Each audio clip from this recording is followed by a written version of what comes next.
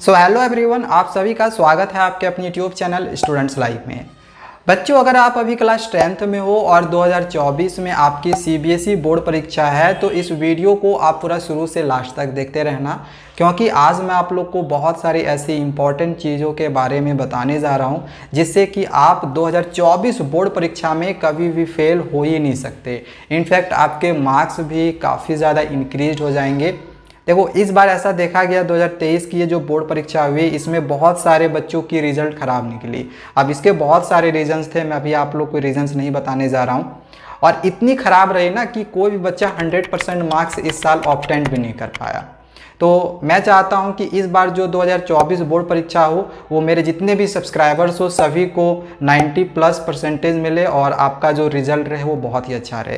तो मैं अभी से लेके आपके बोर्ड परीक्षा तक लगातार ये कोशिश करता रहूँगा कि आपके रिजल्ट जो है वो बेहतर से बेहतर कैसे ला सकूँ। इसके लिए एवरीडे आप लोग को नोट्स से लेकर जो भी हमारे स्टडी मटेरियल्स है, अच्छे कंटेंट में आप लोग को देता रहूँगा। चलो, सबसे पहले मैं आप लोग को बताता हूँ कैसे आप फेल नहीं कर सकते हो। पहले फेल होने का खतरा को दूर करना है। देखो, क्लास 10th की जो पासिंग मार्क्स है ना वो ये है कि आपको इंटरनल असेसमेंट और थ्योरी पेपर दोनों में मिला के किसी भी तरीके से 33 मार्क्स लाने हैं। अब ये जो इंटरनल असेसमेंट होता है ये 20 मार्क्स का होता है, तो 20 में हर एक स्टूडेंट्स को 18 नंबर मिनिमम मिलता ही है। 18 से कम किसी को नहीं दिया जाता है, चाहे आपने इंटरनल असेसमेंट के लिए कुछ किया हो या फिर नहीं किया हो। और थ्योरी पेपर होता है 80 मार्क्स का सारे सब्जेक्ट में, खाली इंफॉर्मेशन टेक्नोलॉजी, कंप्यूटर एप्लीकेशन ये सब छोड़ दो, तो स्किल सब्जेक्ट छोड़ दो तो 80 में अगर आपका 15 नंबर भी आ जाता है तो 18 + 15 33 मार्क्स हो जाएगा, तो आप पास कर जाओगे। मतलब थ्योरी पेपर में कोई भी एक स्पेसिफिक पासिंग मार्क्स नहीं रखा गया है कि 80 में 28 लाना है, 18 में 24 लाना है, 20 लाना है तो आप पास करोगे। आपको किसी भी तरीके से इंटरनल असेसमेंट और थ्योरी पेपर में मिला के 33 मार्क्स लाना है। मान के चलो आपका इंटरनल असेसमेंट में 20 मिल गया, थ्योरी पेपर में अगर आपका 13 नंबर भी आ गया तो आप पास कर जाओगे। ठीक है, पासिंग मार्क्स समझ में आ गया। तो ये आपका सबसे अच्छा काम किया है सीबीएसई ने कि पासिंग मार्क्स इजी किया है। देखो, सब्जेक्ट वाइज भी मैं आप लोगों को बता दे रहा हूँ कि कैसे आप हर एक सब्जेक्ट में आप मार्क्स को इंक्रीज कर सकते हो। सबसे पहले हम बात करते हैं सोशल साइंस का।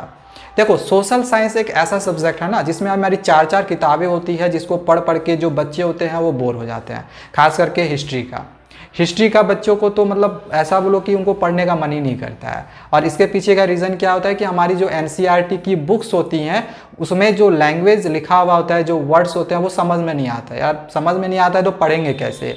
तो देखो, इसका मैं आपको एक सॉल्यूशन बता रहा हूँ।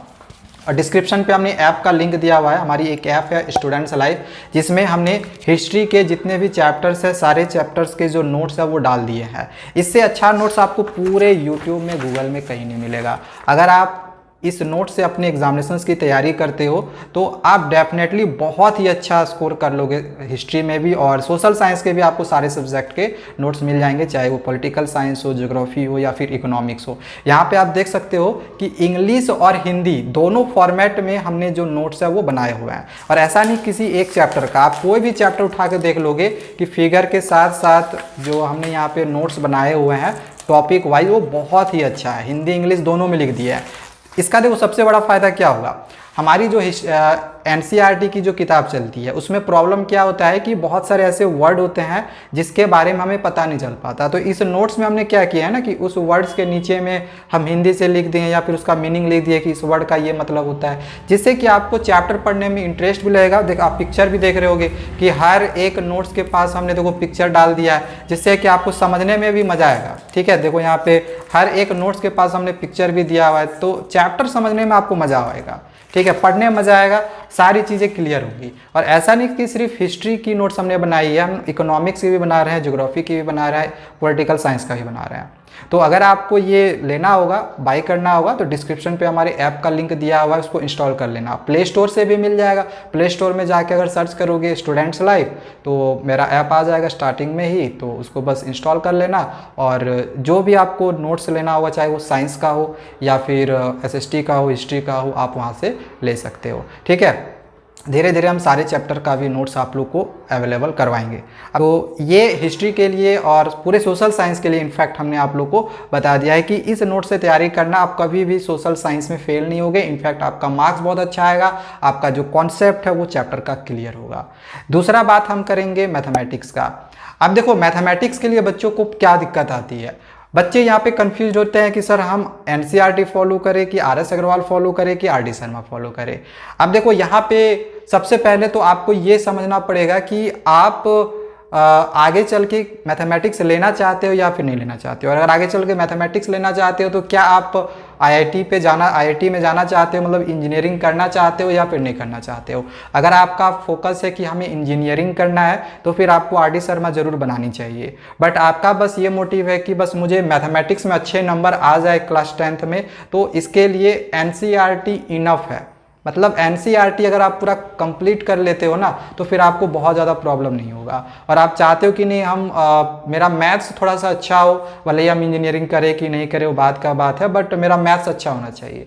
तो ज़्यादा से ज़्यादा अगर क्वेश्चंस की प्रैक्टिस करनी होगी तो आरएस अग्रवाल ले लेना। तो यहाँ पे कैटेगरी सबसे पहले अपने आप को चूज़ करना पड़ेगा कि हम किस कैटेगरी में हैं। हमको अच्छा मार्क्स लाना है, हमको इंजीनियरिंग के लिए देखना है, या फिर हमको ज़्यादा से ज़्यादा क्वेश्चन बना के हम मेरा मैथमेटिक्स अच्छा मजबूत बनाना है आरएस अग्रवाल, इंजीनियरिंग करना है आरडी शर्मा। मतलब NCERT, RS Agarwal, RD Sharma तीनों, और एनसीईआरटी से आपका अच्छा मार्क्स आ जाएगा। अब ऐसा नहीं कि आरएस अग्रवाल और आरडी शर्मा पढ़ोगे तो अच्छा मार्क्स नहीं आएगा, उसमें भी अच्छा मार्क्स आ जाएगा। लेकिन सिर्फ एनसीईआरटी पढ़ के ही जब आप अच्छे मार्क्स ला सकते हो तो फिर आरडी शर्मा और आरएस अग्रवाल पढ़ के सिर्फ अपने टाइम को वेस्ट करोगे, अगर आपको इंजीनियरिंग नहीं करना है तो।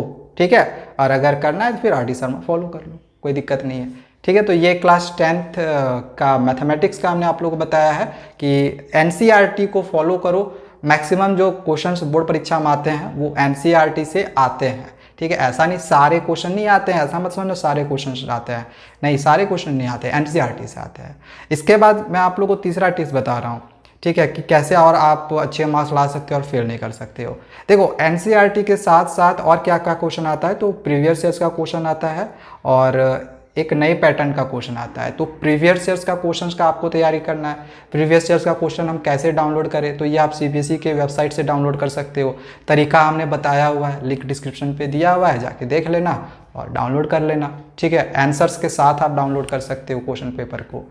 और रहा सवाल न्यू पैटर्न के क्वेश्चंस का, तो हमारे चैनल को सब्सक्राइब कर लेना। मैं आपको नए पैटर्न के क्वेश्चंस की तैयारी करवाता रहूँगा, जिसमें case study based, source based, assertion reason, MCQ, objective, हर टाइप के क्वेश्चंस की मैं आपको प्रैक्टिस करवाऊँगा। ठीक है, ऐसा होता है कि बहुत सारे ऐसे बच्चे होते हैं कि जो कि इंग्लिश की परीक्षा से पहले डरे होते हैं।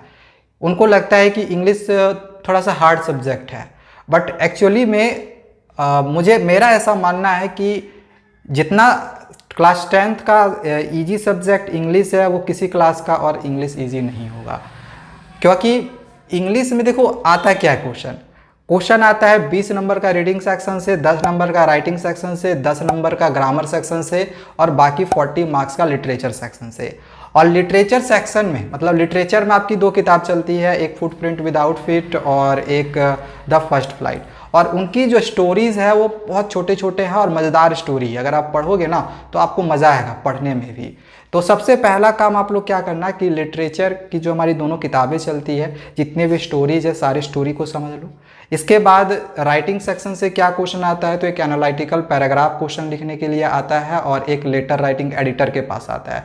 तो ये दोनों सीख लेना कि कैसे हम एनालिटिकल पैराग्राफ लिखते हैं और एडिटर के पास लेटर कैसे लिखते हैं। और इसके बाद रीडिंग का तो खैर वो तो क्वेश्चन में ही आंसर है, तरीका बस हमें जानना है कि कैसे हम पैसेज के क्वेश्चंस को करते हैं। नहीं पता होगा, आगे के वीडियो में आप लोग को इसका भी तैयारी करवा दूंगा। ठीक है, तो क्वेश्चन बस यही सब रहते हैं। आप एक बार पढ़ोगे ना, आपके बहुत ही अच्छा मार्क्स आ जाएंगे। इंग्लिश में ज़्यादा परेशान मत होना और अच्छे से तैयारी करना, आपका इंग्लिश में बहुत ही अच्छा मार्क्स आएगा। जो भी आपको मैं बता रहा हूँ बस इसको दिमाग में लेते रहो और इसके अकॉर्डिंग तैयारी को करते रहो। और रहा सवाल इंग्लिश ग्रामर को लेके, सर मेरा ग्रामर अच्छा नहीं है, तो ग्रामर को लेके ज़्यादा परेशान मत होना। आपको 4 ऑप्शन दिए हुए रहेंगे ग्रामर वाले क्वेश्चन में, आपको जो भी सही लगेगा आप टिक करके आ जाना, आपके मार्क्स मिल जाएंगे। अब ग्रामेटिकली अगर आप पढ़ना पढ़ने जाओ तो आपको अभी पूरा ग्रामर पढ़ना पड़ जाएगा इंग्लिश के लिए, और पूरा पढ़ के भी हो सकता है कि ऐसा नहीं कि आपने जो पूरा ग्रामर का रूल पढ़ा हुआ है और आप क्वेश्चंस को बहुत ही आसानी से कर लोगे। नहीं, आपको फिर वहाँ पे तुक्का लगाना ही पड़ेगा, बैठा के देखना पड़ेगा कि कौन सा इसमें सही बैठ रहा है। तो इसीलिए मैं कह रहा हूँ ग्रामर का ज़्यादा आपको ग्रामर को लेकर ज़्यादा परेशान नहीं होना है कि मुझे ये नहीं आता है, टेंस नहीं आता है, या फिर अदर और भी हमारे जो ग्रामर के पोर्शंस है जैसे मॉडल नहीं आता है, तो नहीं आएगा तो कोई दिक्कत नहीं है। उसमें केवल 10 मार्क्स का क्वेश्चन आएगा और वो भी ऑब्जेक्टिव में रहेगा, MCQ में रहेगा। अब हिंदी का बात करें तो देखो, हिंदी ऐसा नहीं कि हम जान रहे हैं कि हिंदी एक ऐसा सब्जेक्ट है जिसको जो अगर हम पूरे साल भी नहीं पढ़े तो उसके क्वेश्चंस को हम आसानी से कर आ सकते हैं। तो हिंदी ग्रामर की मैं आप लोग को प्रैक्टिस करवाऊंगा कि हिंदी ग्रामर के जो पोर्शंस है उसकी तैयारी आप लोग को करवा दूंगा। बाकी इसके बाद आपका जो गद्यांश पद्यांश रहता है उसमें तो कोई प्रॉब्लम होगा नहीं।